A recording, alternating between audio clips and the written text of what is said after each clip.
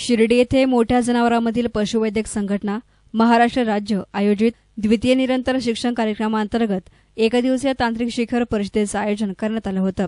या कार्यक्रमात लाव्हा म्हणजेच large animal veterinary association Maharashtra या संस्थेकडून क्षेत्रीय स्तरावर उल्लेखनीय कार्य केल्याबद्दल डॉक्टर बाळासाहेब होण यांना जीवनगौरव पुरस्काराने सन्मानित करण्यात आले, तर भारती तापे यांना बेस्ट वेटरनरी फील्ड वेटरनरी 2024 या पुरस्काराने सन्मानित करण्यात आले। जे तळागाळात जाऊन काम करतात त्यांच्या कामाची दखल घेत हा उपक्रम राबवण्यात आला।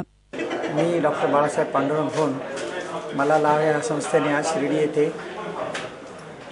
जीवनगौरव पुरस्कार दिलेला आहे।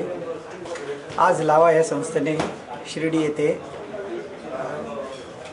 मोठ्या जनावरांसाठीचा समिट घेतलेला आहे आणि त्याच्यामध्ये त्यांनी आज जीवनगौरव पुरस्कार मला प्रदान केलेला आहे। तो जीवनगौरव पुरस्कार प्रदान करण्यामागे त्यांचं शेतकऱ्यांना अतिशय उत्तम सेवा देण्यासाठी आणि नवीन लोकांना प्रोत्साहन मिळण्यासाठी जो दिलेला आहे त्याबद्दल मी लाव्हाच्या सर्व पदाधिकाऱ्यांचा व सर्व लोकांचा आभारी आहे।